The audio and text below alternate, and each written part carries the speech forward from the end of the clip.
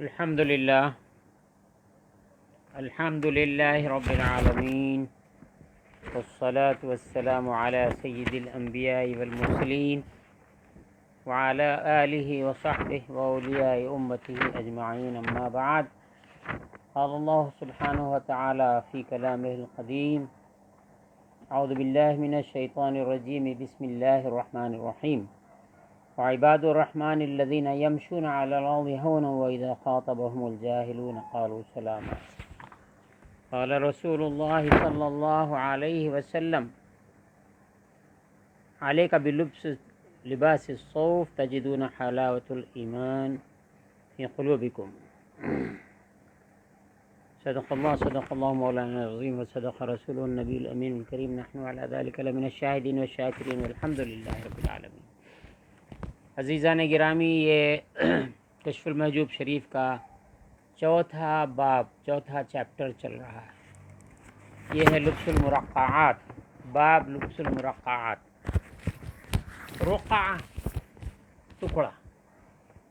ٹکڑے پیون لگے ہوئے لباس کے پہننے کے بارے میں یہ باب ہے. اس باب کو ہم نے شروع کیا 24 جولائی کو 2021 کو. اس کا پہلا درس ہوا اور دوسرا 31 جولائی کو دوسرا درس ہوا. یہ لباس سے متعلق ہے، صوفیہ کے لباس سے متعلق ہے، عام لوگوں کے لباس سے متعلق نہیں ہے. صوفیہ کرام کے معمول رہا ہے کہ وہ حضور صلی اللہ علیہ وسلم کی سنت کے مطابق، پہلے تو آپ کے حکم کے مطابق، صوف کا لباس صوفیہ پہنا کرتے تھے. آج بھی پہنتے ہیں، رواج کم ہوا ہے. حضور نے فرمایا کہ تم لباس صوف کا اختیار کرو، تم کو حلاوت ایمان ملے گی. صرف لباس کے پہننے سے حلاوت ایمان نصیب ہوگی. ایمان کا نصیب ہونا الگ ہے، اس کی لذت اٹھانا الگ ہے، اس کی مٹھاس کا پانا الگ ہے. تو وہ لباس ایمان کی حلاوت عطا ہوتی ہے. جیسا کہ ابتدائی کتاب میں یہ بات گزری ہے کہ صوفیہ کا لباس اگر غیر صوفی پہن لے تو کیا ہوگا؟ لباس تو ہے. اس بارے میں فرمایا کہ عز لأہلہ، جو اہل ہیں، یہ جو لباس یہ پہنتے ہیں، یہ اہل ہیں، ان کے لیے وہ لباس باعث عزت ہے. اور جو اہل نہیں ہیں، یہ لباس، یہ صوفیہ کا لباس، ان کے لیے ذلت کا باعث ہے. اگرچہ بحث پہلے ہی گزر چکی ہے، لیکن یہ چونکہ چیپٹر ہی لباس سے متعلق ہے، ہم اس میں خاص طور پر اس پر توجہ دیں گے اور اس کی عبارتوں کو پڑھ کر اور اس کو واضح کرنے کی کوشش کریں گے. حضرت شیخ سعدی شیرازی رحمۃ اللہ تعالی علیہ، جو داتا گنج بخش رحمۃ اللہ علیہ تعالیٰ کے بعد میں ہیں، کافی بعد میں ہیں، انہوں نے ایک مقام پر لباس سے متعلق ایک بات کہی ہے. فرمایا: در عمل کوش و ہر چه خواہی پوش، تم عمل کرنے میں کوشش کرو اور جو چاہے پہنو. ہاں، چاہے سر پہ تاتاری ٹوپی ہی کیوں نہ پہن لو، لیکن آپ نے درویشوں کے لباس سے متعلق ایک بات کہی ہے، فرمایا در قضاگند مرد باید بود، بر مخنث صلاح جنگ چه سود۔ فرمایا کہ قضاگند وہ لباس ہے جسے فوجی پہنتے ہیں، مجاہدین پہنتے ہیں، جو جنگ میں جاتے ہیں وہ پہنتے ہیں، اس زرہ بختر والا لباس، پھر ریشمی لباس جس پہ تلوار نہیں چلتی ہے، ایسے لباس میں، فوجی لباس میں، جنگی لباس میں، سپاہیوں کے لباس میں، مجاہدوں کے لباس میں، یہ جو لباس ہے اس کا پہننا مجاہد کو زیب دیتا ہے۔ بر مخنث صلاح جنگ سے سود، ہجڑے کو اگر سپاہیوں کا لباس پہنا دیا جائے اور زرہ بختر اس کو پہنا دی جائے اور اس کو ہتھیار لگا دیا جائے تو کیا فائدہ؟ شیخ سعدی نے فرمایا، میں طنز نہیں کر رہا ہوں، حضرت کا شعر سنا رہا ہوں، در خزاگان مرد باید بود، فوجی لباس میں مجاہدین کے لباس، مجاہدین کا جو لباس پہنا ہے اس کے اندر مجاہد ہونا چاہیے، اس میں غازی ہونا چاہیے، ہجڑوں کو پہنانے سے کیا فائدہ؟ اب یہاں پر یہی بات چل رہی تھی، یہ لباس جو صوف کا ہے اور جس میں ٹکڑے ٹکڑے لگا کر پہنتے ہیں، یہ حضور صلی اللہ علیہ وسلم کی سنت ہے، اور فاروق اعظم عمر بن خطاب رضی اللہ تعالی عنہ کے پیرہن میں 60 پیوند تھے، سی مرقدہ 30 پیوند لگے ہوئے تھے، مجھے 60 یاد تھا، 60 بول دیا، 30 پہنے ہوئے تھے عمر بن خطاب کے لباس میں، 30 ٹکڑے لگے ہوئے تھے۔ ام المومنین عائشہ صدیقہ رضی اللہ تعالی عنہا سے حضور نے فرمایا کہ لباس کے پھٹنے کے بعد، یعنی پہنتے پہنتے جب لباس پھٹ جاتا ہے تو اس کو پیوند لگاؤ، پیوند لگا کر پہنو۔ یہ باتیں اسی درس میں گزری ہیں، اور پھر حضور صلی اللہ علیہ وسلم نے مماثلت کا تذکرہ کرتے ہوئے حضور صلی اللہ علیہ وسلم نے جو ارشاد فرمایا، من تشبہ بقوم فہو منہم، جو جس قوم کی مشابہت اختیار کرے گا ان میں سے ہو گیا۔ یہاں ایک تھوڑی سی نرمی پیدا ہوتی ہے، وہ یہ ہے کہ صوفیہ کا لباس تو صوفیہ کا لباس ہے، لیکن جو لوگ اس کے اہل نہیں ہیں لیکن ان کی مشابہت اختیار کرتے ہیں تبرک کے طور پر، ان کے فیضان کے حصول کے لیے، ان کی خوش نودی کے لیے، اگرچہ کہ وہ اہل نہیں ہیں، لیکن مشابہت کی وجہ سے وہ انہی میں شمار کیے جائیں گے، یہ نرمی پیدا کی گئی۔ جیسا کہ کسی نے نصرانی لباس کو اختیار کیا، پرماننٹ یہودیوں کا لباس اختیار کیا، جوگیوں کا لباس اختیار کیا، جادوگروں کا لباس اختیار کیا، ڈیل ڈول اختیار کیا، وضع خطا اختیار کیا، ان میں شمار کیا جائے گا۔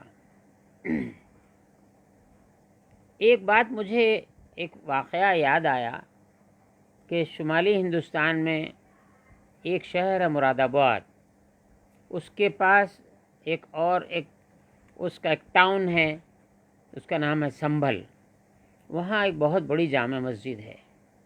مجھے 1975 میں وہاں کے متولی صاحب نے مجھے ایک واقعہ سنایا جو غدر سے متعلق تھا۔ مسلمانوں کا قتل عام جاری تھا، اور جو لوگ جن کی داڑیاں جمال داڑیاں تھیں، چونکہ مسلمانوں کو پکڑ پکڑ کے قتل کیا جا رہا تھا، انگریزوں کا دور تھا، مسلمانوں کا قتل عام جاری تھا، تو بہت سے لوگ اپنی شناخت چھپا رہے تھے، یعنی داڑیاں نکال دے رہے تھے، اور کرتا پاجامہ شیروانی وہاں اچکن کہتے ہیں وہ پہنتے تھے، اس کو چھوڑ کر انہوں نے انگریزوں کا لباس اختیار کر لیا تاکہ مسلمان سمجھ کر،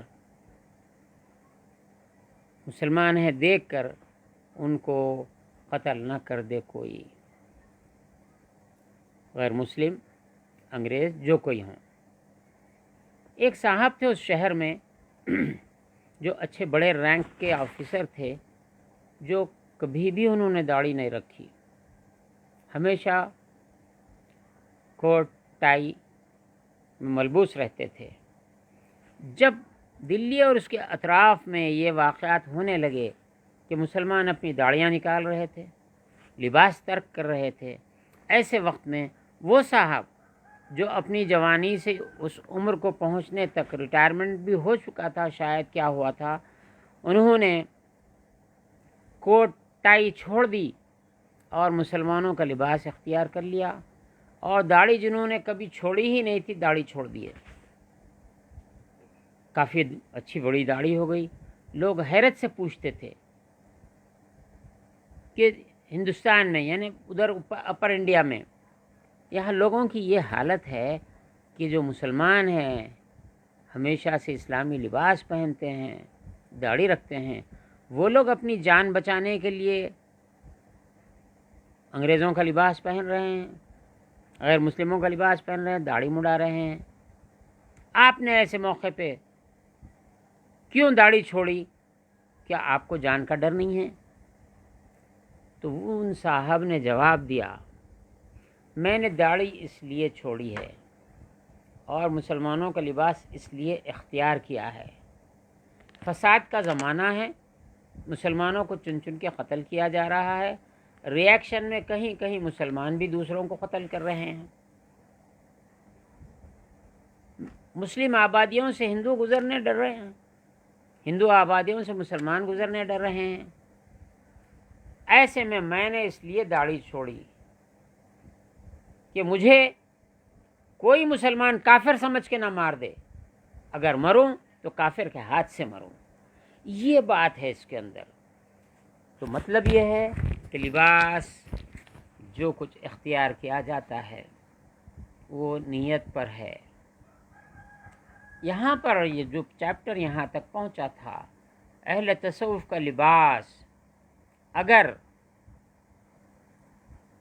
غیر صوفی پہن لے، نا اہل پہن لے تو کیا ہوگا؟ جامع شان اندر پوشان ان جامعہ بی معاملات، وہ لباس جو صوفیہ کے معاملات جو کچھ ہیں، عبادت ہے، تقوی ہے، پرہیزگاری ہے، لوگوں کے ساتھ صلہ رحمی ہے، مخلوق کو اللہ کا کنبہ سمجھنا ہے،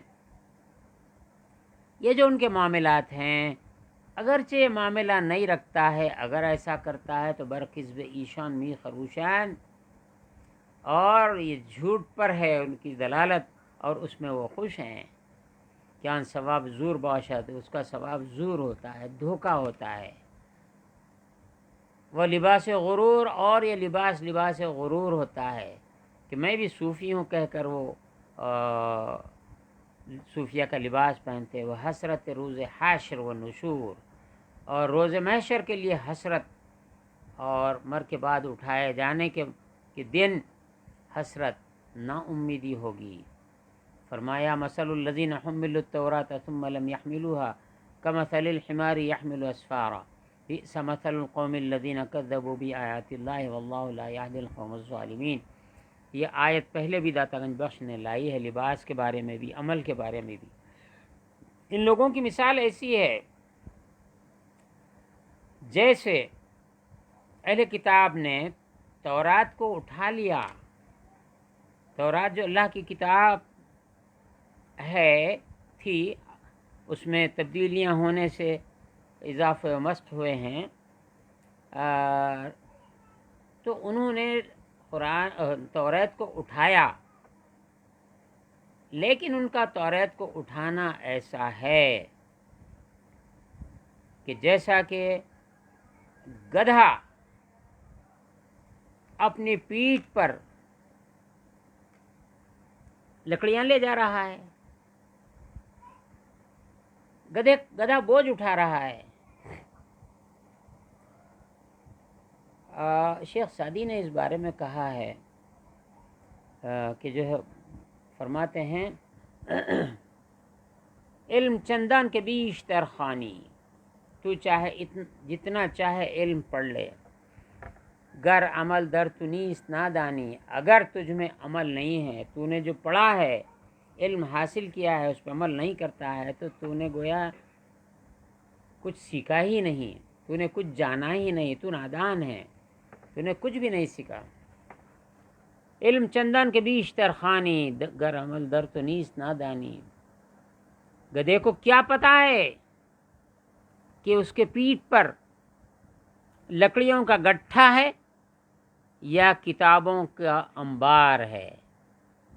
کتابوں کے اگر گٹھے باندھ کر گدھے کی پیٹھ پہ رکھ دیے جائیں، گدھے کو کیا پتا ہے کہ اس میں کتاب ہے، اللہ کی کتاب ہے، رسول کے احادیث ہیں، اقوال ہیں، صحابہ کی روایات ہیں، مرویات ہیں، ان کی سنتیں ہیں، انبیاء کرام کے تذکرے ہیں، گدھے کو کیا معلوم ہے؟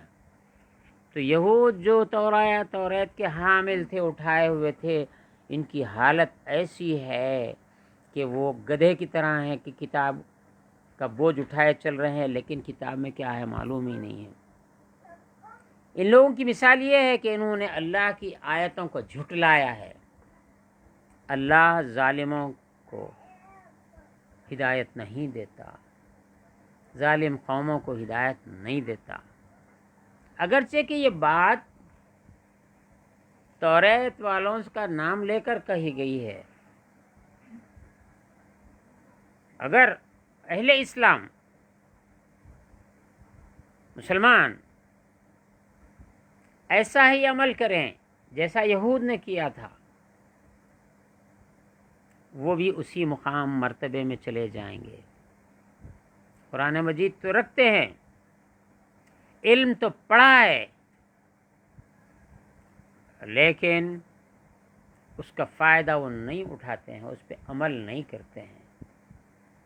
یہاں پر ہندوستان میں خصوصاً یہ گزشتہ 100 سالوں میں اور ساری دنیا میں 200 سالوں میں اس پوائنٹ پہ بڑے بڑے معرکے چلے آ رہے ہیں، اور اہل سنت جماعت کو جو غیر اہل سنت ہیں، خوارج ہیں، معتزلہ ہیں، اور نئے خوارج جن میں جماعت اسلامی ہیں اور دیگر جماعتیں ہیں،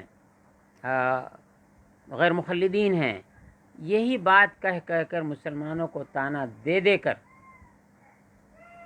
بجائے اس کے کہ ان کی اصلاح حال کی جائے، ان کو اہل سنت سے نکال کر اپنے گروپوں میں لے جا رہے ہیں اور اپنے خیالات ان پر تھوپ رہے ہیں۔ تو یہ قرآن مجید کا غلط استدلال یہ کر رہے ہیں۔ یہاں پر مثال جو دی گئی، اللہ رب العزت نے مثال دی ہے، اس میں آر دلانے کی بات ہے کہ شرم کرو، ایسے نہ بنو۔ یہ آیت تو بہت پسند آتی ہے مسلمانوں پہ طنز کرنے کے واسطے، لیکن یہاں پر جو لباس کی بات ہے، کتاب اللہ سنت رسول اللہ سے متعلق جو صوفیہ کرام کا لباس ہے، اس پر تانا کسنے والے، اس پر طنز کرنے والے آج سے 1000 سال پہلے موجود تھے، آج بھی موجود ہیں۔ تو داتا گنج بخش رحمۃ اللہ تعالی علیہ اس طرح کی جو غلط روش رکھنے والے ہیں، اہل تصوف کے ماننے والے ہیں، لباس کو تو پسند کرتے ہیں، جبہ و امامہ کا پہننا پسند کرتے ہیں، چونکہ ایسا لباس پہننے سے مجلس میں، سماج میں ان کو ایک بلند مرتبہ مل جاتا ہے، اس لیے لباس ایسا پہنتے ہیں اور اپنے آپ کو اہل طریقت میں اس واسطے شامل کرواتے ہیں کہ شاہی درباروں میں ان کو بلند مقام ملے، بلند مرتبہ ملے۔ لوگوں کا یہ کہنا ہے، عام طور پر یہ کہتے ہیں لوگ کہ صوفیہ کی جو کتابیں ہیں وہ معاذ اللہ آؤٹ ڈیٹڈ ہیں، irrelevant میٹرز ان کے اندر بیان کیے گئے ہیں، آج کے دور سے وہ میل نہیں کھاتے ہیں، وہ پرانے زمانے کی باتیں ہیں۔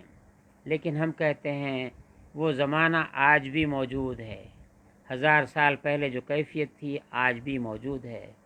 بلکہ اس سے خراب حالات بھی آج موجود ہیں۔ میں خود آپ کے سامنے بیٹھا ہوا ہوں، یہ اس درس سے مبارک کی خاطر میں نے سر پہ امامہ باندھا ہے، تاکہ جو درس دیا جا رہا ہے اس کے آداب کو ملحوظ رکھا جائے۔ میں نے اپنی زندگی کا اتنا عرصہ گزارا ہے، امامہ صرف برسر موقع میں نے پہنا ہے تاکہ وہ برکت حاصل ہو اور اس محفل کی مناسبت ہو، لیکن یہ لباس پہن کر حکومتوں کے پاس، منسٹروں کے پاس پہلے تو گئے ہی نہیں، اگر کبھی جانا بھی ہوا تو میں نے لباس اختیار نہیں کیا۔ آج رنگین جبے، رنگین عمامے، خوبصورت اوڑھنیاں اوڑھ کر دنیا داروں کے پاس، منسٹروں کے پاس جانے والے موجود ہیں، زیب و زینت کرتے ہیں، سرما لگاتے ہیں۔ لفظ میک اپ تو بہت عام خاص بات ہے، میک اپ کرنا، یہ تو ڈیکوریشن میک اپ کر کے جاتے ہیں۔ بہت سی فوج وزیر اعظم کے پاس پہنچ جاتی ہے، فوج کا کچھ حصہ، یہ لباسی فوج ان کو کہہ سکتے ہیں، یہ لباسی فوج ہوم منسٹر کے پاس پہنچ جاتی ہے، فائنانس منسٹروں کے پاس پھرتے ہیں، الیکشن کیمپین یہ لباس پہن کر مختلف پولیٹیکل پارٹیز کے کیمپین میں شرکت کرتی ہیں۔ ارے بھائی، آپ کو اختیار ہے کہ آپ اپنی توہین کرائیے، آپ کو اختیار ہے کہ آپ اپنی عزت کرائیے کسی محفل میں، لیکن صوفیاء کے لباس کی توہین کرنے کی کسی کو اجازت نہیں دی جا سکتی ہے۔ آپ چاہے ذلت کے سمندر میں غوطے کھاؤ، کسی کو پتہ نہیں چلے گا، آپ کھائیں گے، لیکن یہ لباس پہن کر صوفیاء کو ذلیل کرو گے، تمام اہل سنت بدنام ہو جائیں گے۔ یہ لباس ہی اس کا آج کا یہ موضوع ہے، یہ لبس المرقعات، پیوند لگے ہوئے کپڑے پہننا۔ ہمارے پاس شہر میں بعض لوگ ہیں اور خاص طور پہ پیوند لگے ہوئے کپڑے پہنتے ہیں، لیکن اس میں بھی ایک اس طرح سے ایک نظم و ضبط ہوتا ہے پیوند میں بھی کہ وہ ماڈرن چیکس کے شرٹ معلوم ہوتے ہیں، یہ بھی مناسب نہیں ہے۔ جہاں سے پھٹ گیا وہاں سلا لیے، جہاں سے پھٹ گیا وہاں سلا لیے، جہاں سے پھٹ گیا وہاں سلا لیے۔ تو اس صوفیہ کرام کے نزدیک یہ لباس خرقہ کہلاتا ہے۔ شیخ ریاضت کے زمانے میں چونکہ جنگلوں میں رہتے، درختوں کے پتے کھا لیتے، میوے مل گئے میوے کھا لیتے، اور کوئی غذا جنگل میں مل جائے۔ میکزیمم جو سلوک کی مدت تھی، ضمناً بول رہا ہوں کہ 36 سال تھی بلا پرہیز، 24 سال تھی۔ غوث پاک نے فرمایا کہ میں 24 سال ایسے گزارا، جنگلوں میں گزارا، ایسے 24 سال گزارا کہ کوئی مجھے نہیں جانتا تھا اور میں کسی کو نہیں جانتا تھا۔ یہ 24 سال کی ریاضت۔ جب میں کسی کو نہیں جانتا، کوئی مجھے نہیں جانتا، تو لباس کی تو حاجت تھی، ستر پوشی کی حاجت تو تھی۔ جو بھی لباس پہن کر نکلے تھے، پھٹتے گیا تو ٹکڑا مل گیا لگا دیے، وہ ٹکڑا مل گیا لگا دیے، یہ ٹکڑا مل گیا لگا دیے۔ تو ریاضت کے زمانے میں، مجاہدات کے زمانے میں، وہ جو کپڑے پہنتے تھے ٹکڑے پہ ٹکڑا، ٹکڑے پہ ٹکڑا، عربی میں رقعہ، رقعہ پہ رقعہ، رقعہ پہ رقعہ، رقعہ پہ رقعہ، کیوں کہ کپڑا پھٹ گیا۔ خرخہ یخرخ، پھاڑنا، پھٹ جانا، پھاڑ ڈالنا۔ تو یہ لباس جو پھٹ جاتا تھا اس پہ ایک ٹکڑا لگا دیے، ادھر پھٹ گیا ادھر لگا دیے، ادھر پھٹ گیا، پھٹے ہوئے کپڑے میں سے پھر لگ گیا، ہوتے ہوتے وہ کپڑا موٹا ہو جاتا تھا۔ لباس، وہ لباس جو موٹا ہو جاتا تھا، پیوند لگتے لگتے لگتے لگتے، تو وہ گرمیوں میں ٹھنڈک کا باعث بھی رہتا تھا، پسینے کو جذب کرتا تھا، سردیوں میں سردی سے بچاؤ کا ذریعہ بن جاتا تھا۔ یہ گدڑی کہتے ہیں۔ آج بھی دیہاتوں میں، ہمارے پاس ہندوستان میں دیہاتوں میں یہ طریقہ رائج ہے کہ شہروں کی طرح بہترین بستر، بہترین اوڑھنے کے لحاف وغیرہ نہیں ہوتے ہیں، بلکہ عورتیں جو ساڑی پہنتی ہیں پھٹ گئی اس کو پھاڑ کے ٹکڑے بنا دے کے ایک اس کا اس طرح گدے کی طرح بنا دیتے ہیں، یا بچوں کے اوڑھنے کے لیے اس کا بلینکٹ ٹائپ کا موٹا کپڑا اس کو بنا دیتے ہیں جو بلینکٹ کی جگہ کام کرتا ہے، رضائی کی جگہ کام کرتا ہے۔ تو یہ ٹکڑوں ٹکڑوں کا لباس آج بھی یہ پہننے کے لیے، سونے کے لیے استعمال کیا جاتا ہے۔ چنانچہ یہ موسموں میں ساتھ دیتا ہے۔ وہ شیخ طریقت جس نے جنگلوں میں ریاضت کی، مسجدوں میں ریاضت کی، پہاڑوں میں ریاضت کی، جو ملا کھا لیے اور جو ملا پہن لیے، پھٹتے گیا ٹکڑا لگاتے گئے، پھٹتے گیا ٹکڑا لگاتے گئے، تو ایسا موٹا لباس ہو جاتا تھا۔ اس کو چونکہ ٹکڑے ٹکڑے ہوتا تھا اس کو خرخہ کہتے تھے۔ خرخہ اصطلاح بن گئی خرقہ درویشی، اردو میں خرقہ درویشی، ادھر دکنی میں آ جائیے گدڑی، شمال میں بھی گدڑی بولتے ہوں گے، گدڑی پوشی۔ تو یہاں پر جب شیخ اپنے مرید کی تربیت کرتا ہے اور اس کو اپنا جانشین بناتا ہے، از راہ تبرک، از راہ عنایت، وہ لباس جو زندگی بھر اس نے پہنا تھا وہ اپنے مرید کو جانشین بناتے وقت، خلافت دیتے وقت وہ لباس اس کو پہنا دیتا۔ ہر ایک کو پہننے کی ایسی اجازت نہیں ہے۔ اگر ان کی مشابہت کرتا ہے برکت کی نیت سے تو مناسب ہے، لیکن اس لباس کو پہن کر حکمرانوں کے پاس جانا، حکومتوں کے پاس جانا، اس لباس کی اور صاحبان لباس دونوں کی توہین کہلاتی ہے۔ بہرحال اندر ان زمانے، اس زمانے میں یعنی داتا گنج بخش کے زمانے کی بات ہے، 1000 سال پرانی بات ہے، اندر ان زمانے ان گروہ بیشترن، ایسے گروہ، ایسے لوگ زیادہ ہیں۔ 1000 سال پہلے زیادہ تھے تو اب کیا حشر ہو گیا؟ آپ ہی کیلکولیٹ کر کے بولیے۔ پس بر تو بعد، پس تجھ پر لازم ہے کہ تو ہر سے ازاں تواند گردد، جو کچھ کہ ان لوگوں میں سے ایسا ہو سکتا ہے جو نقالی کر رہے ہیں، خود اپنے آپ کو دھوکہ دے رہے ہیں، تو قصد آن نہ کنی، تو ان کا ارادہ مت کر کہ اگر 1000 بار تو بقبول طریقت کوشی، اگر تو یہ لباس ایسا پہنتا ہے اور 1000 بار طریقت کی اہل طریقت قبول کر لیں، چنان نہ باشد اہل طریقت تجھے قبول نہیں کریں گے۔ پھر اہل طریقت جو قبول کریں گے وہ اندر سے، جس طرح تیرا ظاہر پھٹا ہوا تھا، تو نے پیوند لگائے، لباس پھٹتا گیا، پیوند لگاتے گئے، لباس پھٹتا گیا، پیوند لگاتے گئے، لباس پھٹتا گیا، پیوند، پیوند پہ پیوند، پیوند پہ پیوند، پیوند پہ پیوند، ایسا ہی تیرا نفس پارا پارا ہوتا چلا جائے، نفس ٹکڑے ٹکڑے ہوتا چلا جائے۔ اس ٹکڑے ٹکڑے نفس کو جو بالکل خستہ ہو جائے، تھک جائے، ٹکڑے لگا لگا کر، چونکہ جب تک جان میں جان ہے، نفس کا تو ساتھ ہے، اس کو، اس نفس امارہ جو رفتہ رفتہ ٹوٹتا چلا جائے، اس کے پرخچے اڑتے چلے جائیں، تو اس کی امارگی ختم ہو جائے گی، نفس نہیں جائے گا۔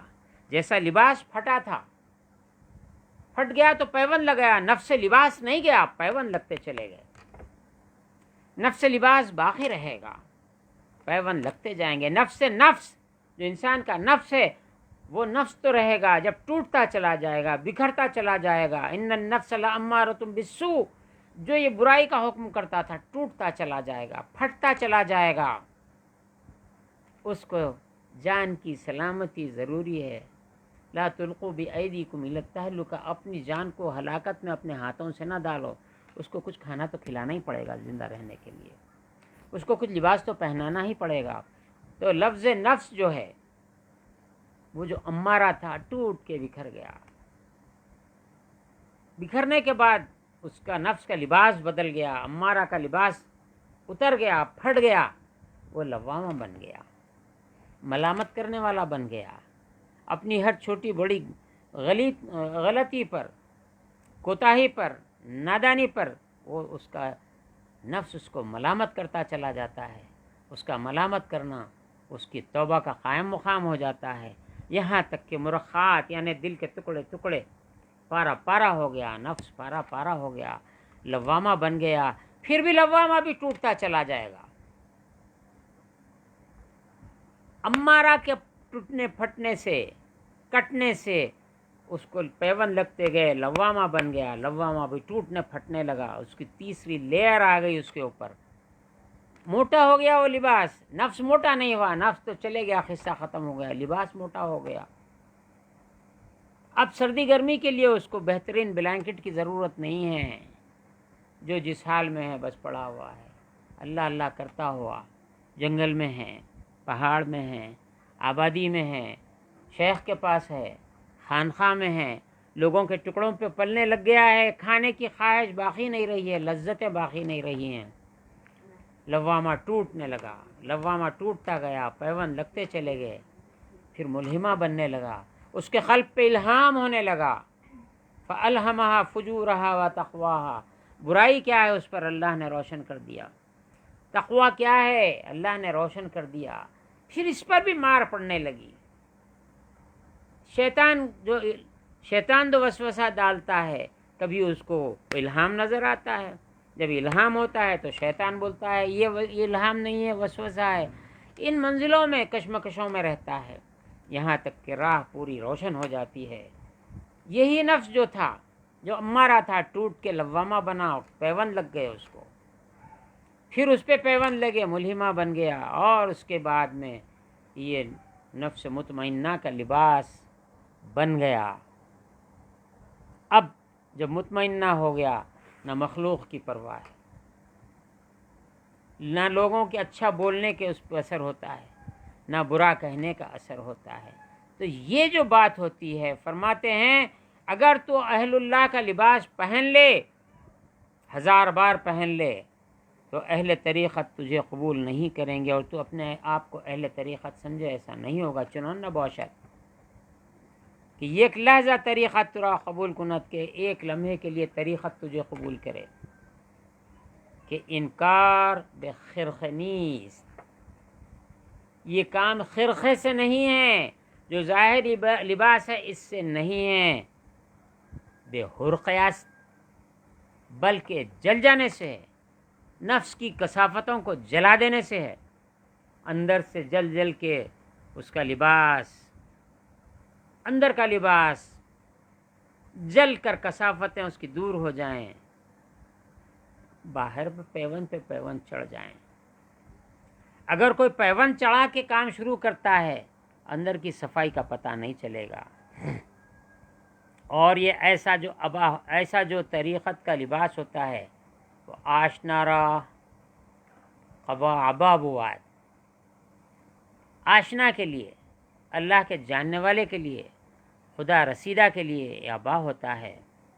چون کثیرہ طریقت آشنا بواد، وہ شخص جو طریقت سے آشنا ہوتا ہے، اس راہ کے چلنے سے آشنا ہوتا ہے، اس راستے کے چلنے والوں کو پہچانتا ہے، ان کی پیروی کرتا ہے، اس کے لیے قبا ہے یہ.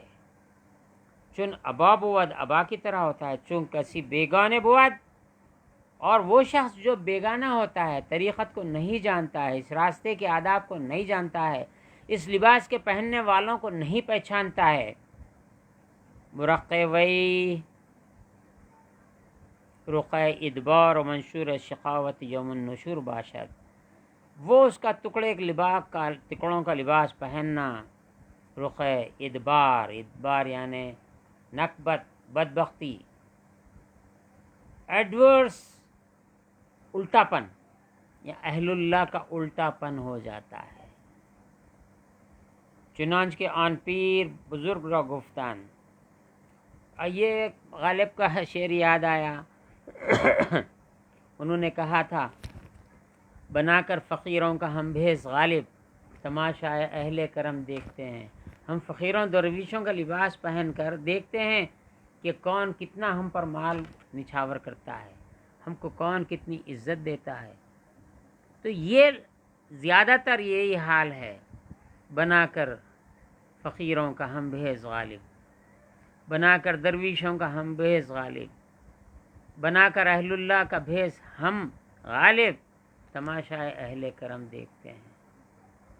زیادہ اب اس میں نہیں بولنا چاہتا، حضرت خود بول چکے ہیں۔ یہ یوم النشور، مرنے کے بعد اٹھائے جانے کے دن وقت کی بدبختی ہوگی۔ اور پیر بزرگ را گفتان، اس پیر بزرگ سے کہا لوگوں نے، ایک بزرگ تھے جو لباس نہیں پہنتے تھے، لم لا تلبس المرقع قال من النفاق ان تلبس لباس الفتيان ولا تدخل في حمل اثقال الفتوة شرا مرخع نم پوشی، کیوں ٹکڑوں کا لباس نہیں پہنتے، کیوں خرقہ نہیں پہنتے؟ گفت، انہوں نے کہا، از نفاق بواد، یہ لباس نفاق کا ہے، یعنی اس زمانے میں بن گیا تھا، یہ ایکچول نہیں ہے۔ نفاق سے مراد یہ ہے جو دل میں نہیں ہے وہ باہر ہے، جو باہر ہے وہ دل میں نہیں ہے۔ جو یہ لباس تقوی و پرہیزگاری کا لباس تھا، اس کو دنیا کمانے کے لیے پہن لیا تو یہ نفاق بن گیا کہ لباس جوان مردان پہ پوشی۔ یہ جو لباس ہے، مرقعات ہیں، خرقہ پوشی ہے، جوان مردوں کا کام ہے۔ جوان مرد کون ہے؟ نہنگو اژدہا اور شیر نر مارا تو کیا مارا، بڑے موذی کو مارا، نفس امارہ کو گر مارا۔ جوان مردی نفس امارہ کو مارنا ہے، اس کی تربیت کرنا ہے۔ اندر تحت ثقل معاملات، جوان مردی اندر نہیں آئی کہ لباس جوان مردان بہتر کے حامل جوان مردی منافقی باشد۔ یہ جوان مردوں کا لباس پہننا، جوان مردوں کا لباس پہن کر تم نہ آؤ کہ جوان مردوں کا لباس کیا ہے؟ جوان مردی کو ترک کرنا لباس پہن کر، یہ منافقت ہے۔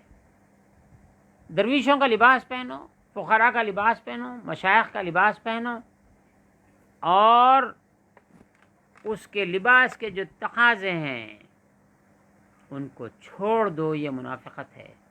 پس اگر ان لباس از برائے آنست، اگر یہ لباس اس واسطے ہے کہ تا خداوند ترا بشناسد، تاکہ خدا تجھے پہچان لے کہ تو خاصے ہوئی، تو اس کے خاص بندوں میں ہے، یہ لباس ہم سے شناسد، اللہ تعالیٰ بغیر لباس کے بھی تجھے جانتا ہے۔ اگر از بہر آنست، اگر یہ لباس کا پہننا اس واسطے ہے کہ بخلق نمائی، تو مخلوق کو دکھائے کہ من ازان اویام، میں درویشوں میں سے ہوں، میں صوفیہ میں سے ہوں۔ اگر ہستی، اگر واقعی تو صوفیہ میں سے ہے، ایسا کرنا، یہ سوچ کر پہننا، یہ ریا ہے۔ اگر نیستی تو اہل اللہ میں سے نہیں ہے تو یہ نفاق ہے۔ تو حضرت داتا گنج بخش دونوں پہلوؤں کو، positive negative, positive approach, negative approach, دونوں پہلوؤں پہ گفتگو کر رہے ہیں۔ اگر اہل ہے تو ریاکاری کر رہا ہے، نا اہل ہے تو نفاق ہے، لوگوں کو دھوکہ دے رہا ہے۔ پھر کیا ہے؟ پھر کب پہنا جائے؟ اس کے اوقات ہیں، اس کے آداب ہیں، اس کی محفلیں ہیں۔ اگر کوئی شاہی لباس پہن کر اپنے گھر میں بیٹھے، سڑک پر شاہی لباس پہن کر سڑک پہ چلنے لگے، لوگ ہنسیں گے، یہ تو بادشاہوں کے دربار کا لباس ہے، سڑک پہ بازار میں خریدنے کے لیے جا رہا ہے، تو لوگ بیوقوف سے سمجھیں گے، دماغ میں فطور ہے سمجھیں گے۔ اگر شاہی دربار میں جاتا ہے اور سڑک پہ گلی کوچوں میں پھرنے کا لباس، گھر میں لنگی پہنا ہوا ہے، پھٹے پرانے کپڑے جو بھی مل گئے پہن لیا ہے، وہ پہن کے جاتا ہے، تو دربار کے قابل نہیں، نکال دیا جائے گا۔ تو جو لباس جس دربار کا ہے وہ لباس اس موقع پہ پہنا جائے۔ جو گفتگو جس محفل کی ہے، اس محفل کی اس میں گفتگو کی جائے۔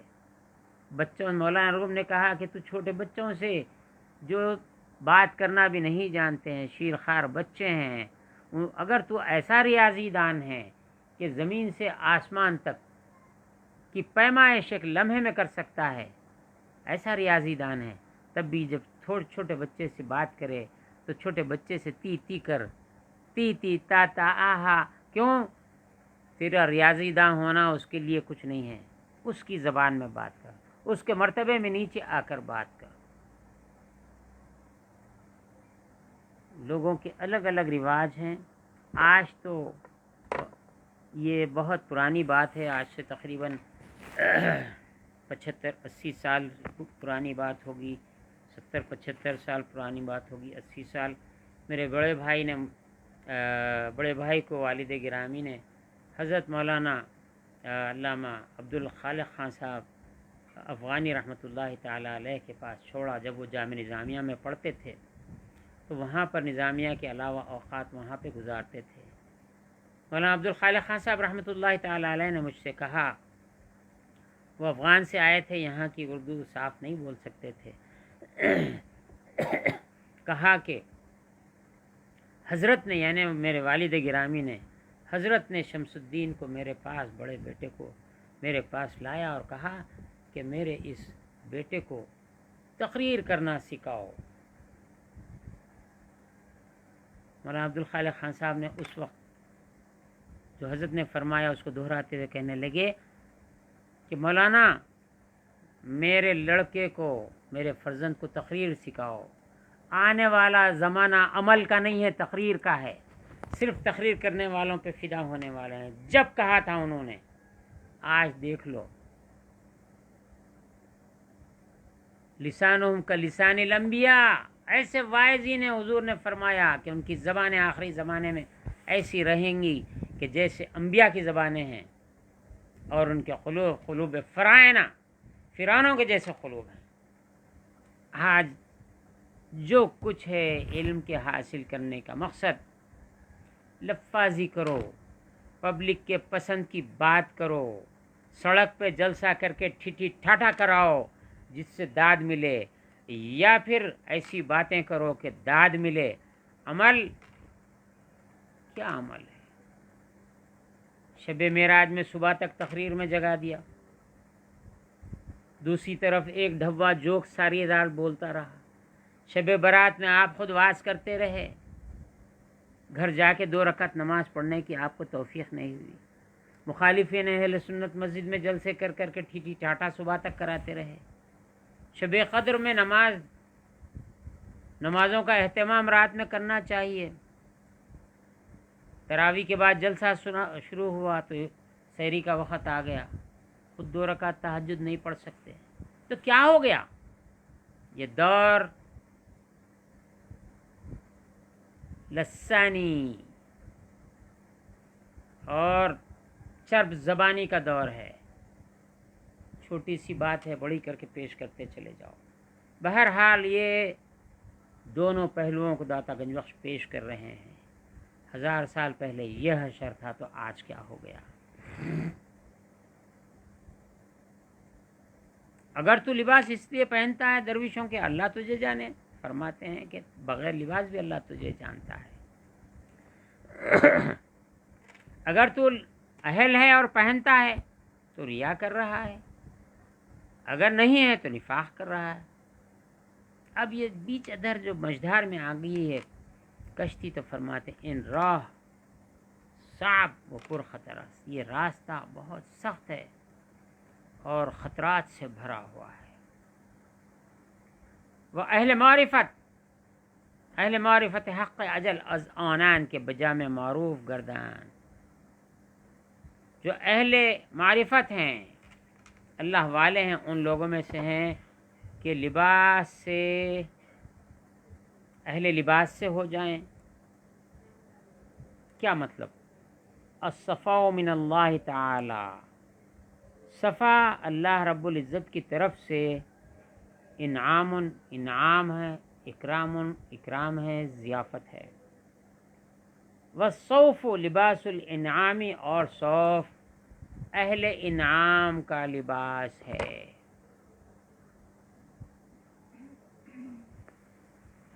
اگر ساری دنیا میں ہوتا ہے جو فوجی، جو کمانڈر ان چیف، جو محاذ پہ لڑتے ہوئے بہادریوں کے جوہر دکھائے، اس کو تمغے دیے جاتے ہیں، ان کو رینک لگائے جاتے ہیں، اسٹارز دیے جاتے ہیں،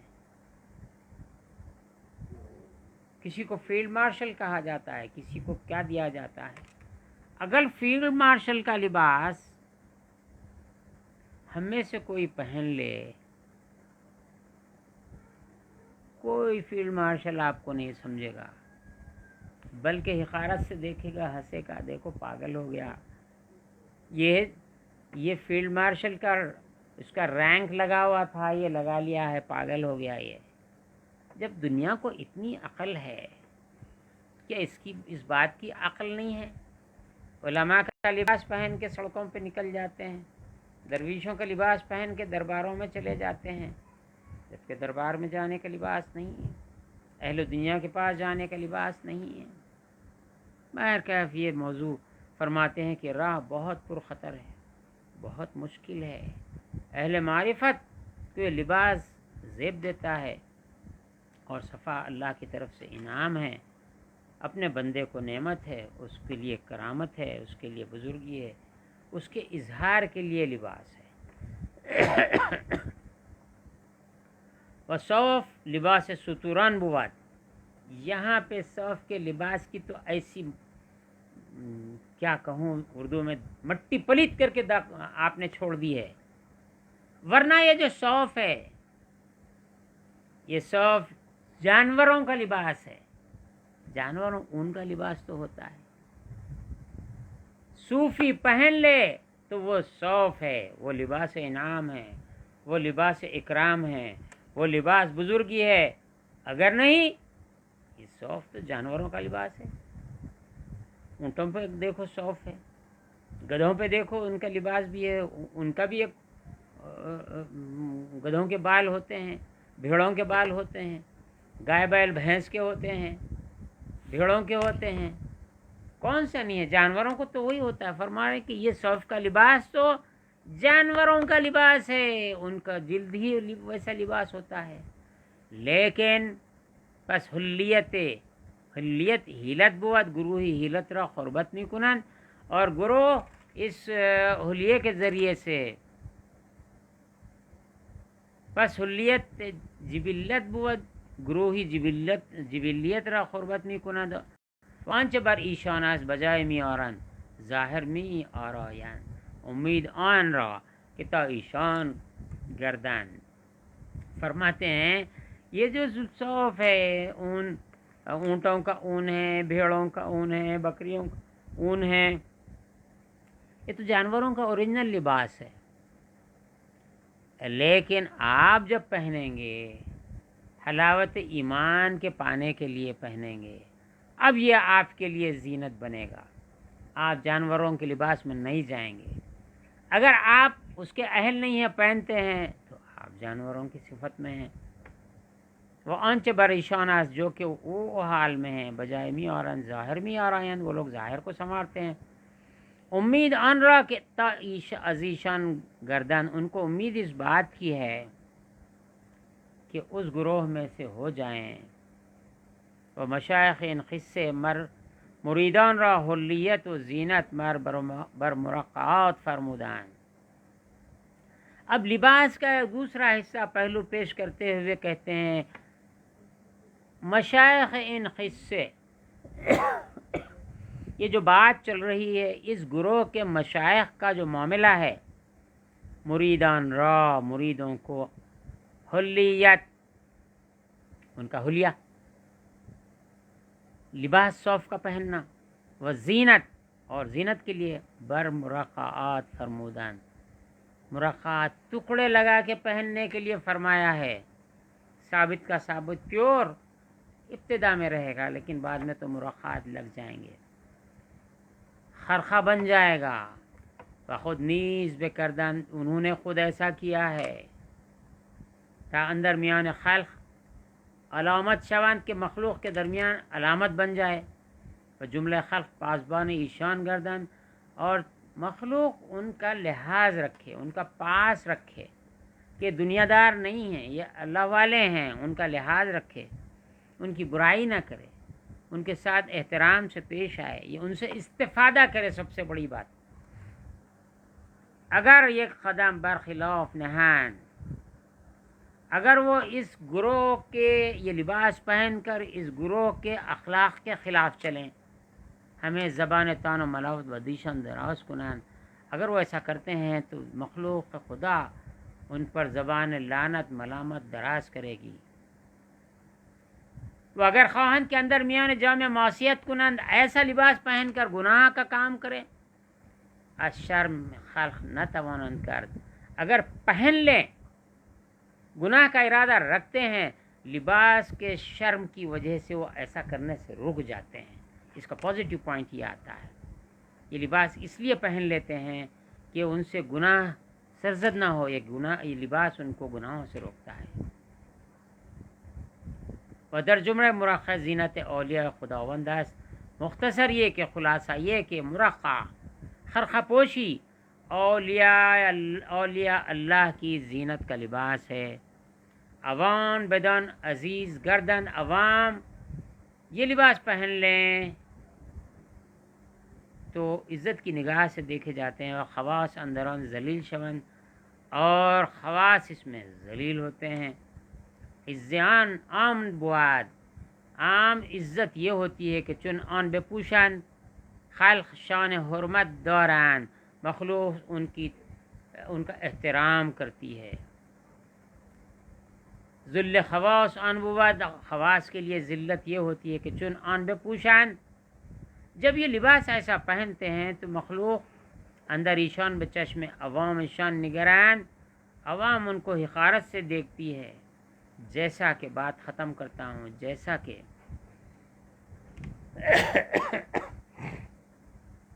اصحاب صفہ رضی اللہ تعالی عنہم مسجد نبوی میں صفہ پر موجود تھے۔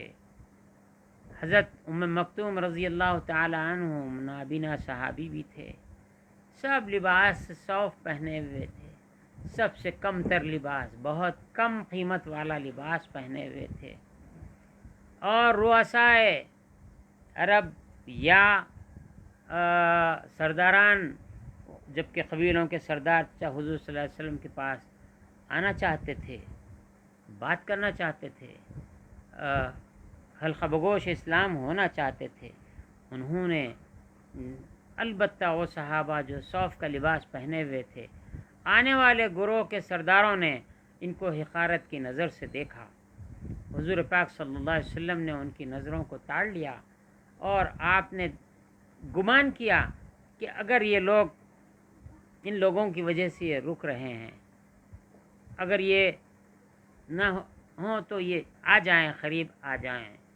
بس ایسا ایک شائبہ بھی نہ کہیں، کیا کہہ سکتے ہیں، ادب کے لحاظ سے کچھ کہنے سمجھ میں آتا نہیں ہے۔ البتہ یہ صورت نازل ہو گئی، عبس وتولی ان جاءہ الاعمی، یہ نازل ہو گئی، اور یہ آیت بھی نازل ہوئی، اے حبیب تم ان لوگوں کو اپنے پاس سے دور نہ کرو، کیا تم دنیا کا سنگار چاہتے ہو؟ یہ جو عرب کے جو رئیس آ رہے ہیں، سردار آ رہے ہیں، وہ توجہ کے مستحق نہیں ہے۔ یہ لباس صوف، حقارت کا لباس جو انہوں نے اختیار کیا ہے، یہ مستحق ہے۔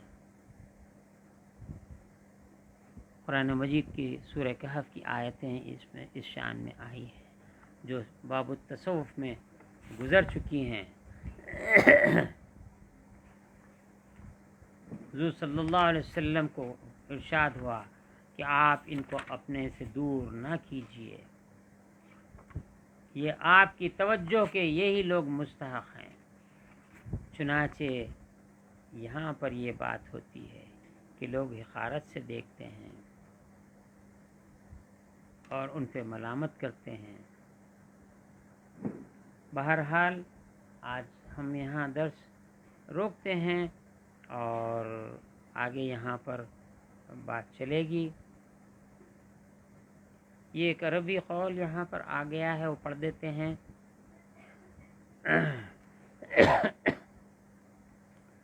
اندر ایشان بچش میں عوام شان نگران و مر ایشان را بدان ملامت کنند، اور اس لباس کی وجہ سے لوگ ان کو ملامت کرتے ہیں، خارج سے دیکھتے ہیں. بس لباس النعم للعوام و جوشن البلاء للخواص، یہ نعمت کا لباس، یہ رقع جو ہے، مرقع جو ہے، عوام را مرقع لباس نعمان صاحب نعمت لوگوں کا لباس ہے. وہ خواص را جوشن بلا بود، اور خاص لوگوں کے لیے جوشن کہتے ہیں زرہ بختر جو ہوتا ہے، زرہ بختر ہے، یہ زرہ بختر کا لباس ہے جو باہر کے حملہ واروں، دشمنوں کی تلواروں سے، تیروں سے جس کی حفاظت ہوتی ہے، نفس اور شیطان کے حملوں سے ان کا دفاع ہوتا ہے، وہ یہ لباس ہے. وانچہ بیشتری از عوام اندران مستر باشند، جو عوام ہے اس سے زیادہ تر بے چین ہو جاتے ہیں، چنانچہ کہ دست بیکاری دیگر نہ رسند و مرطلب جوہر و آلتی دیگر نہ دارند. اب ان کے لیے مجبوریاں ہو جاتی ہیں کہ طلب جاہ کا جو لباس ہے وہ اختیار نہیں کر سکتے ہیں. بہرحال اللہ تعالیٰ سے دعا ہے کہ اللہ تعالیٰ کو ہم ان خاصان خدا میں سے ہم کو ان کی صحبت یافتہ، ان کے تربیت یافتہ، ان سے نعمت یافتہ ہم کو بنائے، اور اس گروہ میں ہم کو شامل فرمائے جس پر اللہ نے نعمت فرمائی ہے. اہدنا الصراط المستقیم صراط الذین انعمت علیہم، جس میں تو جن پر تو نے انعام فرمایا ہے، یہ صاحب نعمت ہیں. یہ غیر المغضوب علیہم ولا الضالین، مغضوب میں سے مت کرنا، ظالموں میں سے مت کرنا. صلی اللہ تعالی علی خیر خلقی سیدنا محمد و آلہ و صحبہ اجمعین والحمد للہ رب العالمین.